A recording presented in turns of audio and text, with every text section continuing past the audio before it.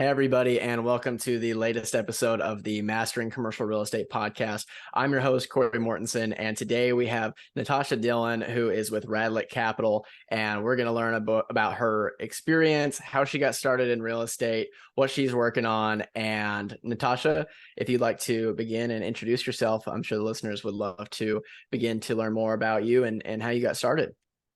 Sure. Yeah. I've been doing real estate since 2019. Got involved in real estate really by looking at other asset classes that were good investment opportunities for our investors. And real estate just always fell into that category, as you know, often it does for a lot of people. It's a common asset class. And then after a lot of research, really found multifamily and found apartments as being the most secured asset class out there. Still today, still the best one, even in these times in this market. But that's kind of how we got started. We were placing a lot of capital for our investors, and then started doing our own operations in 2020. Gotcha. And so what were you doing before real estate? Yeah, so my main business is we do commercial finance. So we lend to small, mid-sized businesses across the US, and also a really great asset class. The one issue with that is that there's no tax benefits. So that's kind of where our research got into with real estate. Was a lot of our investors really enjoyed working with us, wanting to invest with us, and we were trying to find a solution for them as far as how to offset their gains. Gotcha. And was that your own company or was that you were working for somebody? Yep. So I've been doing that since 2014. So I have a partner in that business and sort of a separate entity. But like I said, a lot of our investors sort of cross paths with us and invest on both sides of the investment vehicles. Sure. And so how did those conversations begin with them wanting to invest with you in a different aspect, it being real estate, commercial real estate? Was that something that they brought to your attention, or was that something that you brought to their attention? So a little bit of both. So some investors, it was sort of a conversation, went to dinner with them and they were kind of explaining their problems and what issues they're running into. And so it was really kind of an attempt to find the solution for them and to continue to expand our growth. And then in the same vein, I was hearing a lot about real estate just on different avenues. I can't remember who the first person I heard about it, but it was probably like someone like Grant Cardone or something like that, where you just hear a lot about these different things and did some research. I remember I had initially looked into it at one point and just didn't think the returns really made sense. And then I think I read a book or something. And from there, like I told you, I do a lot of driving. So I listen to a lot of audiobooks, and I think that kind of sparked my interest and sort of dug into it a little bit more. And it sort of kind of aligned with some of my investors talking about, it's great, we're making great returns with your company, but if I take the money out, I'm hit with a big tax bill. So it was a way for us to find a solution to help those people and keep them with us. And we did that. And then from there, to answer your second part of your question, from there, we would then offer that to our other investors who may have a similar issue. With our investors, on both ends, everybody has a different goal they're trying to obtain.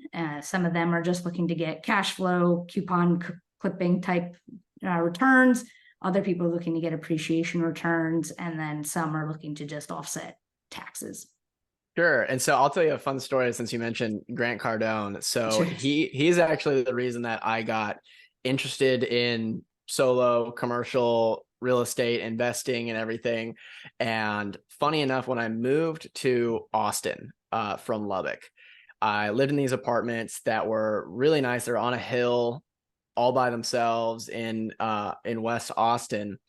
And I was working as a commercial real estate appraiser for the county. And I went home. I had like a big package I had to pick up from the lobby or something from Amazon. Yeah. And I go in there and I look across the lobby. There's a big veranda that overlooks the hillside. And out there is Grant Cardone. Oh, and wow. he's sitting there. It looks like he's having an important meeting with, he's sitting across from somebody. They're discussing something, and I'm probably the only person in there who actually knew who he was.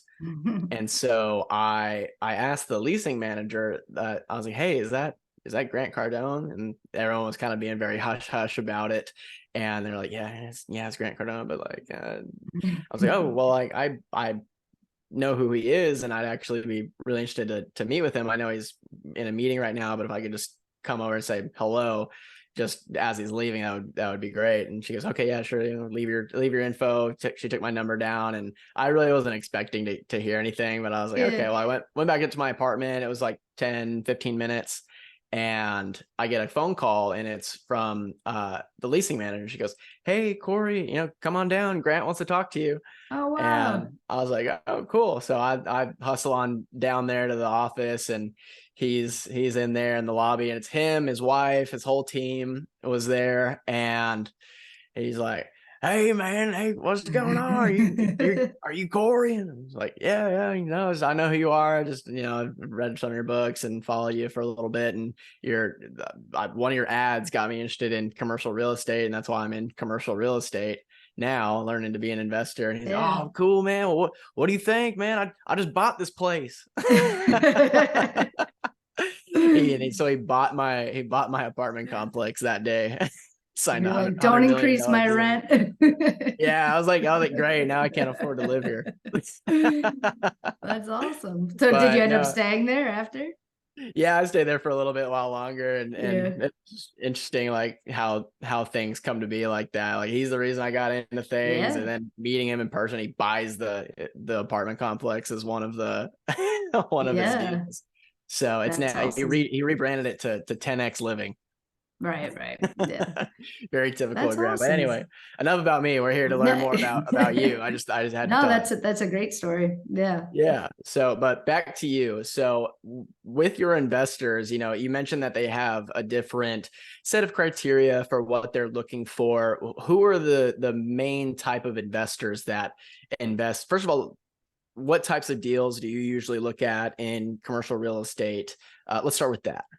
Sure. Yeah. So when we first started, we partnered with some folks that we knew, or got to know, met, and did a lot more of the capital raising side of things as a way to learn, that sort of thing, and to place the money with people that we trusted, and for the tax benefits, obviously, for those few select investors that we brought with us on that first round. Then from there, we started doing our own operations, kind of doing what everybody tells you to do. Find a market that has a certain kind of growth, that has a certain kind of income, do all the fundamentals. And so the first market that sort of picked and was targeting was Tampa. So Tampa, St. Petersburg, that whole area was a lot of a market that we were focused on. And with that, I probably did something that most people wouldn't, is like I would spend a lot of time there. I would go down for weeks on end and really explore and go around day, night, just really learn the market and look at a ton of properties. Were a ton of properties then, and there still is. That was it in 2019 into 2020. So the last time I was in Tampa pre-COVID was February 28th, was like I left Florida. And then obviously didn't go back for a little while until like really the summer. But in there, we had one property under contract, and we bought 2 other properties while being kind of like sight unseen. But I did it with a partner that I met down there, and she was a property manager, and she kind of knew the market, was available to be down there, do inspections, do all of that. So our first property was actually a property that was not a investment property. It was just one to kind of test out. And it was a 10 unit. I bought it directly just with her, and we were able to do that. And then from there went and partnered with some other folks, did, the typical syndication with a lot of our investors, and bought 2 more properties down there. And then Gotcha. shortly after, sorry. Yeah. No, you're good. Okay. Then shortly after, in 2020, like towards the end of 2020, Florida just blew up and just went insane. And I remember kind of my last deal I underwrote down there was like a 40 unit or something like that in Lakeland, Florida, which isn't even in Tampa or any kind of major city. And that property, we were beaten out by a hedge fund from New York on a 40 unit. And even the broker was just like, I really don't know what's going on here. It's absolutely insane. You know, never see a hedge fund looking at that small of a property. It was sort of like the safe haven of competition, was like anything below 100 units. So I just was like, this is just not going to be our market anymore. We'll have to find other markets. And I started kind of learning more about tertiary markets and what kind of was happening with urban areas and just the urban sprawl of going into tertiary markets. So really started looking deeper into that. Found another market up in Alabama, out close to, but outside of a few major cities.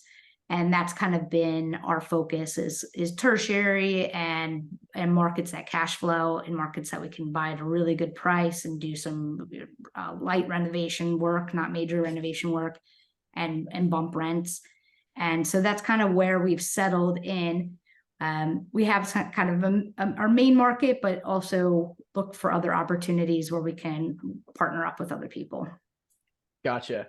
And so with your experience, when you went to Tampa, St. Petersburg, you were trying to learn the market, you were very boots on the ground, driving around, getting a feel for the market.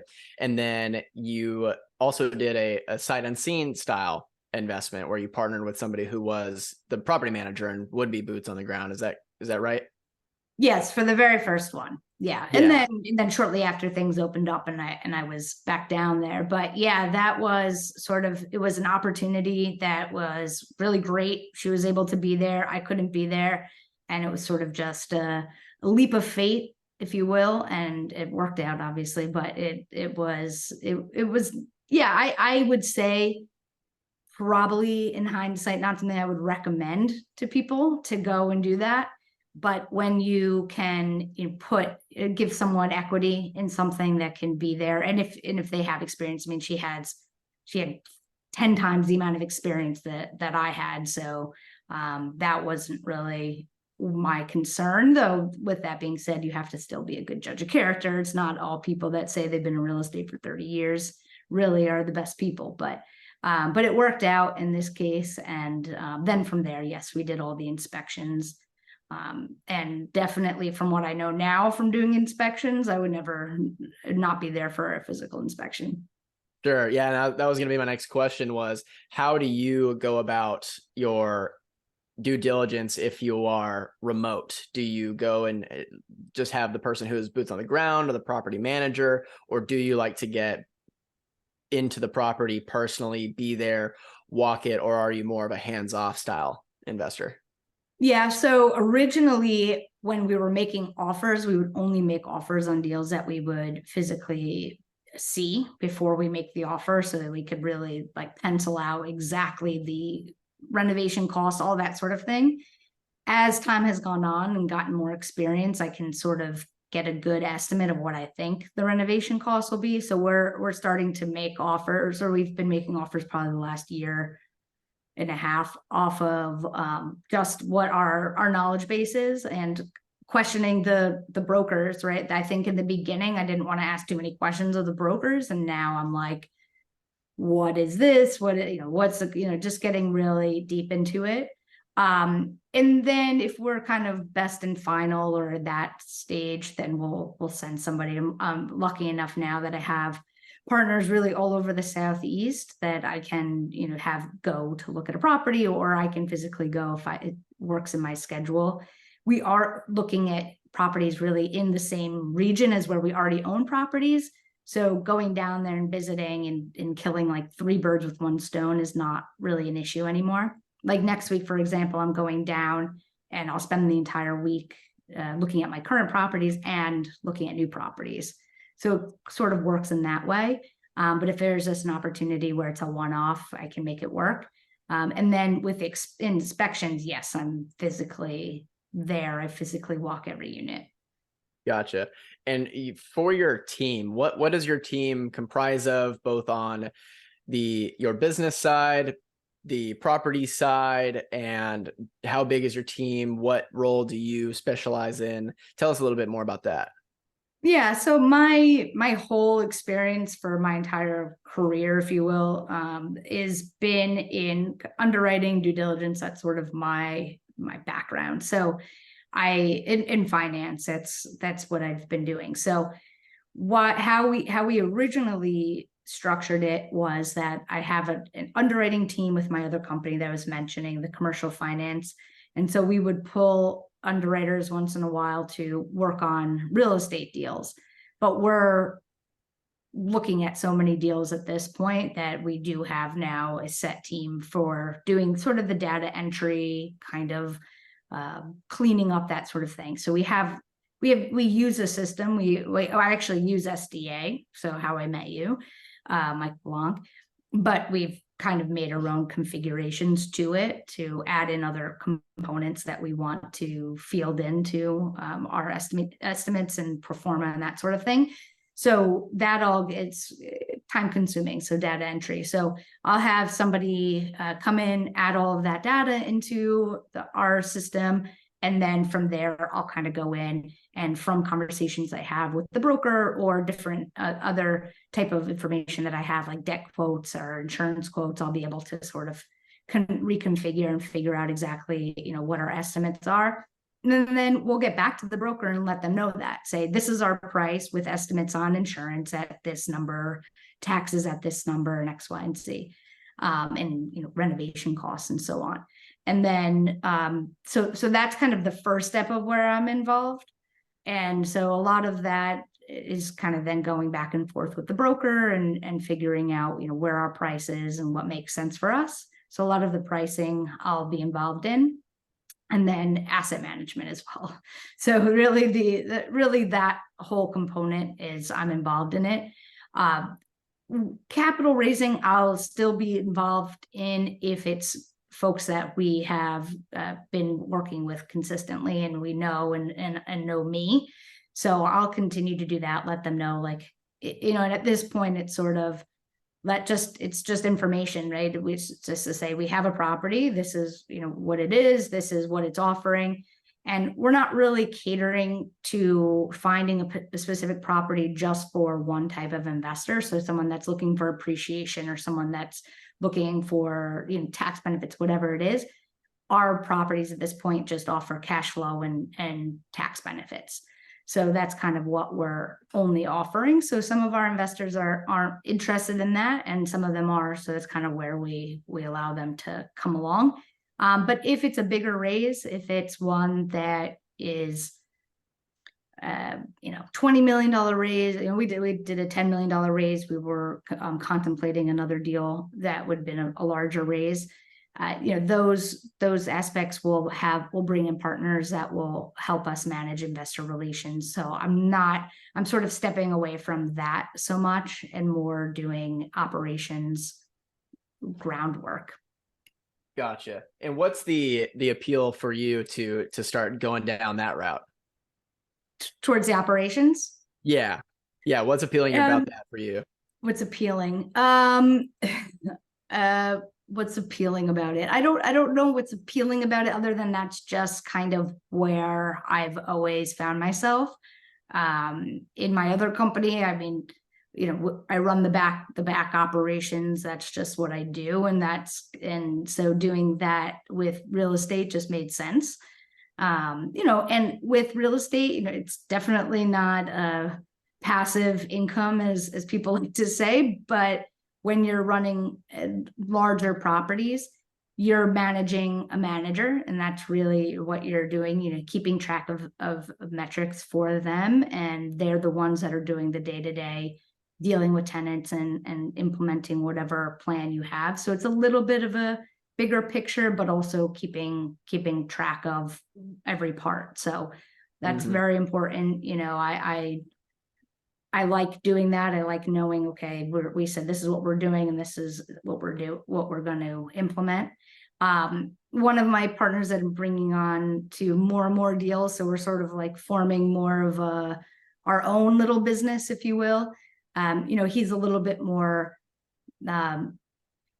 maybe bigger picture type stuff, so not so in the weeds. So I think that's a good balance for us too. So it can say like, okay, we're going to increase X, Y, and Z, and do all of these bigger kind of picture stuff, and then I'll be able to be more of the implement of those types of projects. So that's a good partnership in a business for when you're trying to build a bigger portfolio in real estate. Very good. And when you mentioned the assets that you're looking at, what type of assets are these? Are these sub 100 unit multifamily complexes, or what's kind of the average deal size and deal that you guys look at?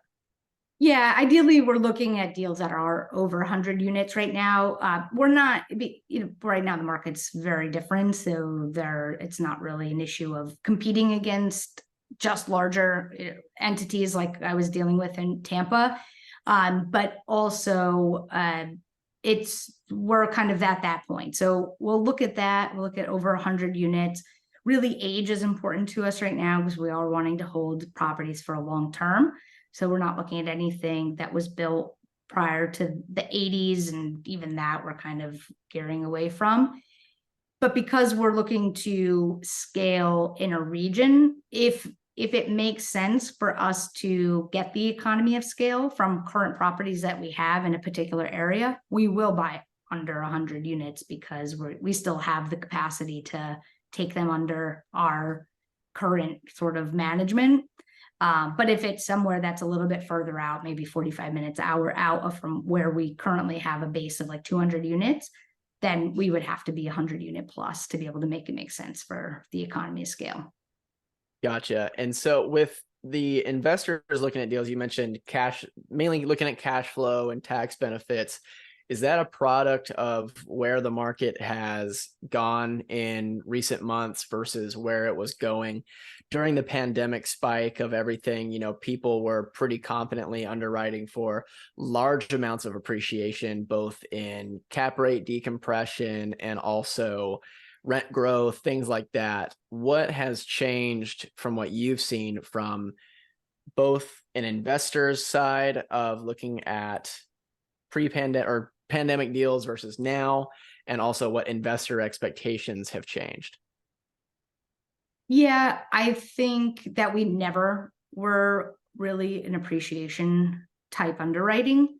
So that's not really changed so much for us. We're still pretty conservative with our, we're always underwriting at an exit at a much higher cap rate. It really actually truthfully how I underwrite is more based off of what I think the cost will be per door at that later time. So, a pro forma cap rate doesn't really matter so much. And same with how I buy too. I'm not really like, oh, this should be I'll hear oftentimes, or used to hear oftentimes from brokers, well, this is supposed to be a 4 cap.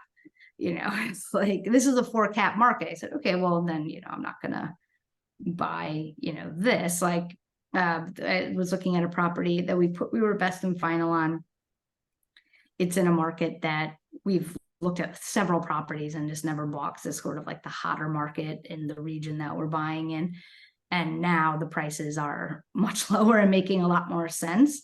So, they were like, touting some kind of cap rate. And then when I told them what my offer was, which was, according to their cap rate calculation was, 2 points more, they were like, oh, I think this is a decent offer, so it's like, I don't know. I don't know. I don't really buy into the cap rate stuff. I know it's important to a lot of people, but anyway, we always have sort of calculated. I mean, even in the SDA, the original SDA version, it automatically calculates it higher, and we tend to bump that up and based off of what we expect the exit price to be. With tertiary markets, the exit is just to your point, it's not crazy, it's not as aggressive, but with that being said, we're creating so much value in the property that it's not really just we're forcing appreciation more than it's just market appreciation, and it's making sense in every deal. Right. Yeah. So just purely bringing the asset up to market, doing the renovations, running a business plan on a value add, and then exiting at a higher cap rate, being conservative, but you're estimating, okay, well, per door, at this point in the future, we should be able to get this. Is that what you're saying? Yes, or refining at that Right. rate. Yeah, at that appraised rate. So we did this year two refis, Gotcha. and the appraisal came in, significantly higher than what we paid. So it Very all, good. yeah, it made sense. It was a cash out refi. And they're deals that we want to hold on to long term, and in a markets where we're looking to grow. So it all made sense. The only exit I had this year was in Florida. Gotcha. And Yeah, how did that go? good. So it went well. It worked out. Yeah, That's perfect. That's what we love to yeah, hear. yeah. But it was only an appreciation, right? It wasn't as strong of a cash flow as some of my tertiary deals. Gotcha. Yeah. And turning the spotlight back to you, learning more about you yourself as an investor and as a person. You mentioned that your strengths kind of lie in the underwriting and the due diligence, asset management side of things. As far as your weaknesses, what would you say? Any weaknesses that you have, and what do you do to kind of complement them? Yeah, so I think as I was mentioning, like getting in the weeds a lot, and just being more involved in day-to-day items that maybe can be delegated. That's definitely a weakness and definitely something that I'm constantly working on. Um, Having people and then also I will say something I've also learned recently. There's a new sort of asset class that I've been researching on, and I can find myself, trying to do it all and trying to do all the research and do and learn everything.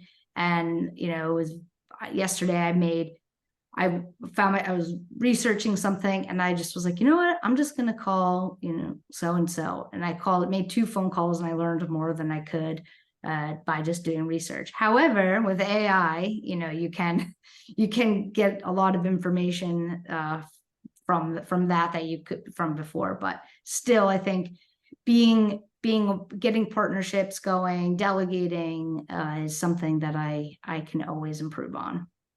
Gotcha. And through your experience as an investor or working in the commercial real estate space, what has been the most valuable experience, either whether it be the most challenging or something that you learned the most from? Something I've learned the most from, I don't know if this may not be the the right answer, but I think just learning, just to go back to the inspection comment that we were talking about earlier. I think just just learning about real estate and about building and about and different things that could go wrong, that do go wrong. There's always something that happens. I think also having that understanding that real estate is about people, and people that are renters that don't care about the asset as much as you care about the asset, but they're still people, right? So something is always going to go wrong. There's also mechanics involved, HVACs and all that. So always knowing that you need that buffer of money for things that could go wrong, but also to just bring it full circle. So saying, like, the inspection part, really knowing what you're looking at and looking for, not relying on the inspector, maybe meeting people in groups like we're in that are experts in, whatever may be part of your building, plumbing, roofing, whatever it is, having them come with you, having them tell you, and maybe they want to be a part of the deal. Maybe you give them part of the deal and they can really give you their expertise. And then the next time you do an inspection, something new. I'll walk in inspections and they'll say, the inspector will, let the both ends of the spectrum, but let's say they say, oh, this is really bad, whatever. And I knew from 3 buildings ago that that was going to cost me, $20 or whatever it is. So just kind of learning from other people that know information. And part of that reason that we've created a, newer build, if you will, for our new purchases is from things that I've learned from inspections and also properties that I've actually owned. Things just break down a lot faster, and therefore, in analyzing what our maintenance costs are and what kind of money are going into that. So then next time I'm underwriting, I know, okay, I need to set aside 30%, or do I need to set aside 50% for, these types of problems that could be coming up. So yeah, I think just learning on the job, but also being very conservative with the underwriting and with the cash that you want to put aside is very important. Gotcha. And the deals that you are looking at and getting, where are you mostly getting these deals? Are they all from brokers? Are they all off market? A mix of the two? Yeah, so a mix of the two. So in Florida is where I kind of learned this too, right? It was sort of like you have to do your first deal. And then once you get your first deal, then people in the market know you're a buyer. And if you let them know you're a buyer, it helps a lot. So I will say that's very important. Even when I was contacting sellers themselves, they say, I own X, Y, and Z building on down the road. You have more credibility. And so we found that, especially in our market too, kind of why we're not even looking in other markets right now, is we just keep getting deals. It is a smaller, kind of good old boy area. So they know we're a buyer. They know we're interested in deals there. They tend to send them to us. So a lot of the times we're getting off market stuff. Sometimes we're getting stuff from our property manager who knows somebody who's selling. So we've gotten a lot of deals that way. The most recent purchase we got through our property manager, and we got seller finance on the deal. So it was just you're able to just negotiate a little bit more than if you're going through brokers. However, I still get deals from brokers. I still look at deals from brokers all the time, and still possibility to buy through a broker. So you just maybe not as many deals.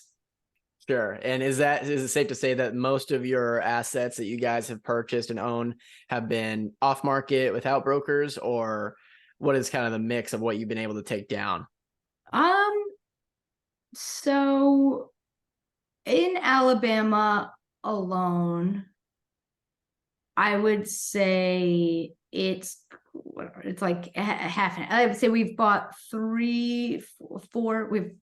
4 properties are off market, but we've bought 2 on market. So our very first one in Alabama, we bought on market, and then from there sort of come from other options of people knowing, either people just sending me stuff because they're like, oh, Alabama, I don't know anybody else buying in Alabama, I'll forward it to her, and then get conversations going.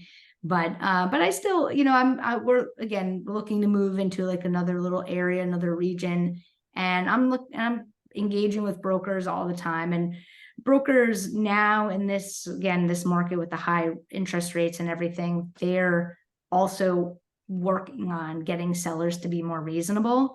So there's something to be said about allowing them to do that work for you right now, because sellers are like, well, my friend down the road sold his property for $30,000 a unit more than what you're offering me. So if you allow the broker to sort of explain the economics of it all, then your offers aren't really killing them as much as that they know that they missed the mark by a year or so. Exactly. Yeah. I mean, us personally, we've been doing a bit of re-education for sellers with our LOIs. We work a lot with, we do a mix. We work with a lot of brokers, but we also have direct to owner mailing, cold calling campaigns and things like that. And same type of feedback. Oh, well, I know a guy who sold his apartment for this and that this long ago, and I want that number. And it's kind of tough. And then the on-market deals, they're under, and I'm talking to their debt people, their in-house debt people, and telling them where my number came out. And they're like, yeah, no, that looks perfect. That's Mm, probably right. yeah. And the big delta between the seller expectations and what the buyers can go out and do is still, we're seeing come down. It's starting to move a little more as of, we're recording this in October of 2023, but they're finally starting to move a little bit. Yeah, yeah. And then on top of it, if you're in Texas, you're dealing with insurance costs that are just nuts.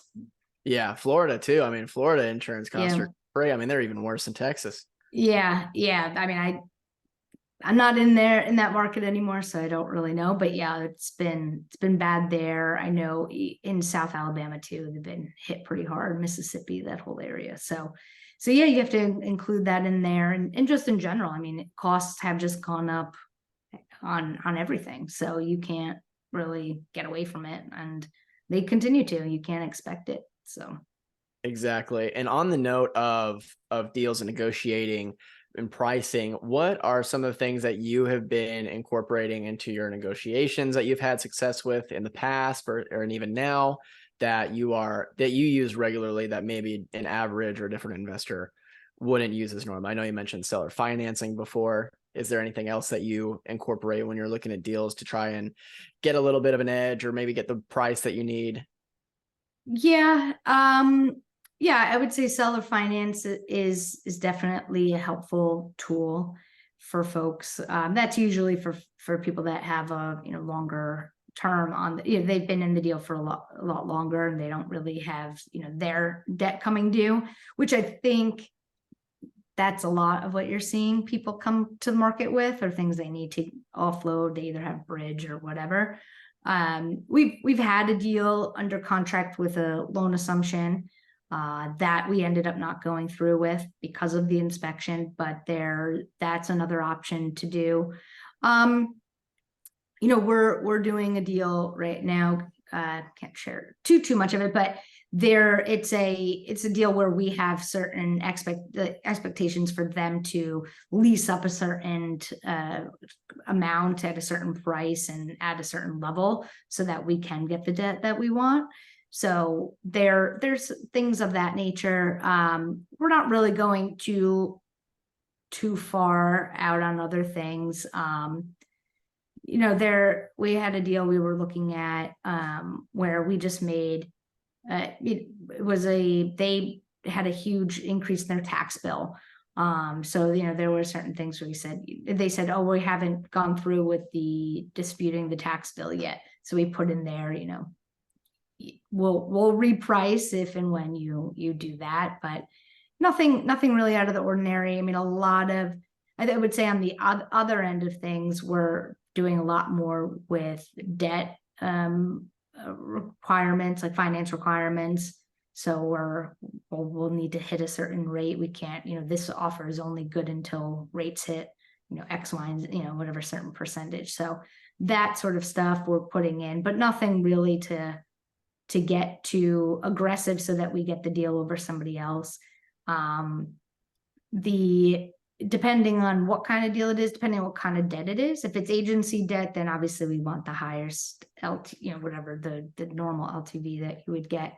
If it's something that could qualify for bank or whatever, we may be able to go full cash on it or go a lower LTV on it, because the rates that the banks are charging are comparable to what you would be paying an investor. So we can be a little bit more aggressive in that route, but that's about it. Gotcha. And with everything changing in the market, as we've seen recently, what do you use? What kind of resources do you pay attention to, whether it's newsletters or websites, market reports? What do you do to make sure that you're staying on top of everything that's happening in the market and keeping a pulse for things? Yeah, I think newsletters not really so much, but I'll keep track of the Treasury, kind of the highlights in the news on what's happening with like economic items.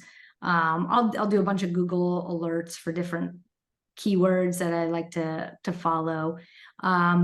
There's some some papers that I follow as far as like what they put out, quarterly papers. But Yeah, just sort of keeping a track of, and then very market specific. So in the areas that we're looking at, what companies are coming into the market. So there's still, in a lot of the Southeast, there's still a lot of jobs coming to different markets, and just watching if anybody's leaving, any kind of job cuts, that sort of thing. I'm not really so involved in looking at the entire US market research items that are coming through, because it just doesn't make sense for where our market is. Whatever's happening in New York is not happening in Alabama, and vice versa. Excuse me. Exactly. And when you mentioned the keyword, what kind of keywords are you using to keep track of on the alert? Because I do something similar, but I'm curious what you like to keep track of. The cities that I'm in, all of my property names, usually job reports, and for that county and for that city, if depending on which city, because we have one in Birmingham, we have one in Florence. So in Florence, Alabama, there's not really a city report, so you have to go county. What other keywords do I use? I think just employment, I think, is one. Income, I follow that a lot. Those sorts of things. What report? What do you put in? Yeah, I put, Austin commercial real estate, Austin multifamily.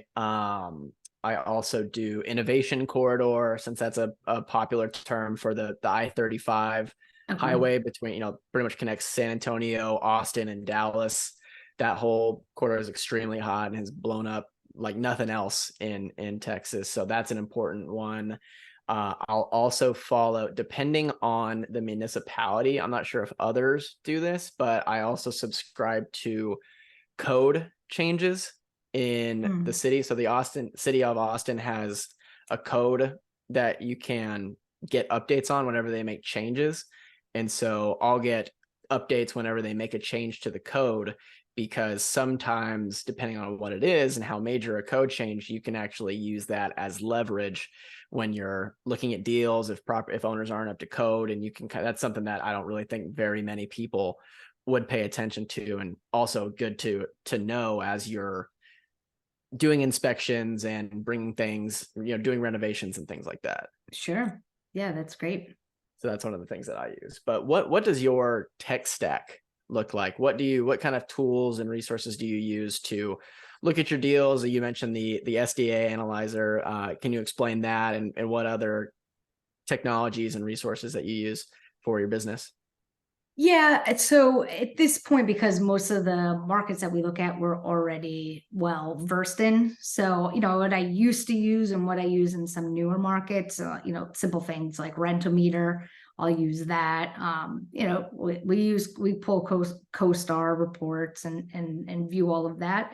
But for the most part, yeah, we're looking at, straight underwriting as our main factor. And just knowledge of the market. I think and we're not dealing with as big of a market as you're dealing with, and constant changes that are happening. So there's not so much that's happening that we're not really aware of in the market. And as far as underwriting and pricing, again, so like, especially if we're doing a heavy lift, which we're kind of doing, at least for this year, our final one. But that, pricing, we already know the pricing because we've done the exact same floor, the exact same paint, the exact same counter. We've done all of it already in all of our units. So we're kind of familiar with what that's going to price out at. But that's really it. We're talking about implementing a direct to seller, doing another kind of campaign. But to the point we previous mentioned, I'm not too aggressive on that, but using, certain AI, chat GPT type stuff, writing up different, call scripts, different emails, and kind of implementing it that way is things that we're looking into and sometimes using. Obviously we still use chat GPT, but one of my goals, short-term and long-term, is to spend more time kind of learning more about what programs are out there, because they're just coming onto the market so fast. And Gotcha. love to hear what you're using. Yeah, I mean, obviously love ChatGPT, use it every day for every project that we have. Would love to see what I can do with plugging that into an analyzer just to help with some of the either the data input or data interpretation. If I could figure out how to get large data sets as it scrapes the internet to figure out where, it could make decisions on economic indications and things like that, tracking Fed reports and macro data, things like that, I think would be really useful. And I'm sure much larger and institutional shops are doing that. And I get an email every day about a new commercial real estate AI tool, and a lot of them are just product placed plugins from ChatGPT. So it's just a branded, they've put prompts in there that are automatic and plugged into their, whatever they need, whatever keywords they put in there, and then marketing that as a tool. But what I would like to either see or develop at a later date would be something that pulls data at scale and in real time that you can plug into your underwriting, and it can help you make decisions, not do it for you, because if you're not auditing your own financials, that's a one-way path to some really bad deals, in my opinion, if you're not double checking those numbers. But something that can help guide and help make assumptions into where things are going on top of all the other research you should be doing. So yeah, assumption on cost, like cost items like taxes, insurance. Taxes, insurance, subjective things like that can kind of go either way depending on how the market is doing. Also exit cap and exit number assumptions, because that's a lot of where the money is made.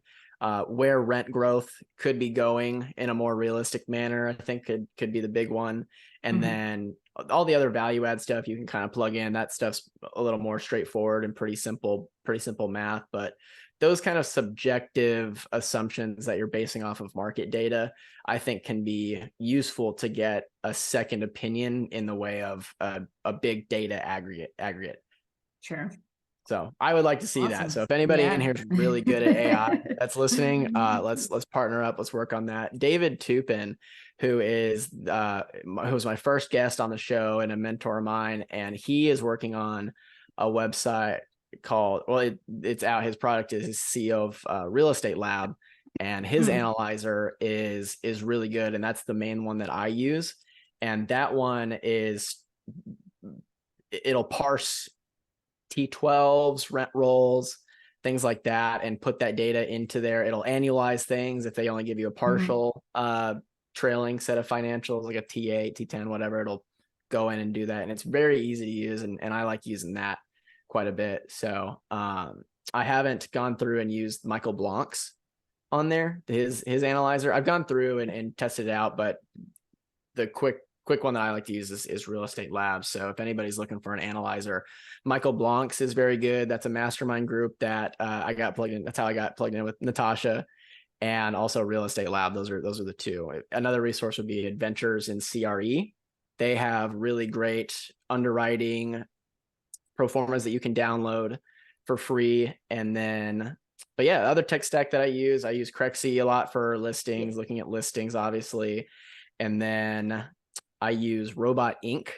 for direct to owner mailers. And that's a company, and they really affordable for mailing campaigns. Cause I don't know if you've ever done a actual letter mailing campaign, but they're really expensive. But I got 1,000 mailers for $1,000, and which is really good, including postage, everything. And there's a robot that handwrites the envelope and will fold, seal the letter. I don't have it handwrite a letter. I just have a template letter that I use. It will fold that, stuff it, seal it, put postage on it, and all you got to do, they mail all of the letters to you, but then you just put them in the mail. So I use that for, and that's to give it a local postage stamp, so that when you mail it, it shows up that way. Yeah, so it doesn't get pinged back. But have you had a lot of success with that? Yeah, I have actually. It's gotten a lot of responses. I'd say 50% of the responses I get are people who are either on market currently and looking to get another buyer looking at their property, or are in the process of going to market. And then the other half is people who are, yeah, no, I got your letter. I've kind of toyed around with the idea. Are you local and things like that? And so so I've gotten some good responses, and that happened relatively quickly after putting those in the mail. I'm definitely getting probably a 10% response rate on mailers, which is pretty good, because typically you'd look at 2 or 3% tops for mail. But yeah, no, that's kind of the main stuff that I use. Yeah, definitely. I got a VA once to try to like scrape Crexy for deals. Somewhat successful, somewhat not, but there's got to be some AI and some tech out there that can do that and get you all the data that you need, and all the, like all the T12s and all the rent rolls and OM, whatever else, to be able to input into SD, or like you said, analyzers. Right. And for list building, I use CAD data. So I'll either email the CAD and say, hey, I'm looking for these. And sometimes they'll just give it to you. Other times they'll give you just a backdoor link to their master files that you can download, which is really nice. And other times you'll have to do a FOIA request, which is, are you familiar with FOIA requests? No. Yeah, it's a Freedom of Information Act request. So it's legal mandate from the Patriot Act from 2001, I believe. But yeah, that is if it's a government public entity and you present a FOIA, Freedom of Information Act request with specifics on what information, they have to deliver it to you. So you can do that with CADs to get property data, and from there you can then skip trace it. And I use Batch Skip Trace, the website, to go and get data to go and cold call. Yeah. Gotcha. Cool. So that's what I use. But yeah, well, that's kind of all the questions that I had for you. I really appreciate you taking the time today to tell us a little bit about your business, what you do, how you've done it. Thank you so much for coming on today. Thank you. Absolutely. Well, everybody, this was Natasha Dillon. Natasha, where can people find out more about you, your offerings, and what you're doing? Yeah, so probably my socials are all under Radlett Capital, Radlett Capital. So Instagram, Facebook, LinkedIn. Perfect. Well, awesome, guys. We'll go check out Natasha's stuff. Really great having you on. Thank you again. This has been the latest episode of the Mastering Commercial Real Estate podcast, and we'll see you next time.